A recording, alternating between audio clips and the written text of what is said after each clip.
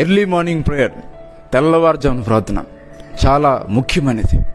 4 గంటలకి, తెల్లవారుజామున 4 గంటలకు మీరు లేచి మీరు ఎక్కడున్నారో అక్కడే మోకాలు దండేసి ప్రార్థించండి. దేవుని సన్నిధి నీ జీవితంలో చూస్తావు. ఆగిపోయిన కార్యాలన్నీ మొదలవడం నీ జీవితంలో చూస్తావు. బంధించబడినవి విడుదల పొందడం నువ్వు చూస్తావు. ఆశీర్వాదాలు చూస్తావు. దేవుడిని కాపుదలను చూస్తావు. దేవుని సన్నిధి నీ జీవితంలో చూస్తావు. నీ జీవితంలో తెలియని ఒక ఆనందంతో నింపబడడం నీ జీవితంలో చూస్తావు.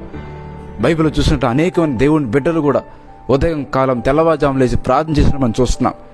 ఆది కాండంలో మనం చూసినట్లయితే అబ్రాహాము తెల్లవారుజామున లేచి ప్రార్థన చేశాడు. యాకోబు తెల్లవారుజామున లేచి ప్రార్థన చేశాడు. హన్నా అట్లానే మోషే వాళ్ళు ఉదయకాలం లేచి ప్రార్థన చేసినట్టు మనం బైబిల్లో చూస్తున్నాం. తర్వాత యోబు అరుణోదయం లేచి ప్రార్థన చేశాడు. దావీదు ఉదయకాలం లేచి ప్రార్థన చేశాడు. వాళ్ళ జీవితంలో దేవుడు ఎన్ని కార్యాలు చేశాడు. నీ జీవితంలో దేవుడు అద్భుతమైన కార్యాలు, శూరమైన కార్యాలు దేవుడు చేయాలని చెప్పి నువ్వు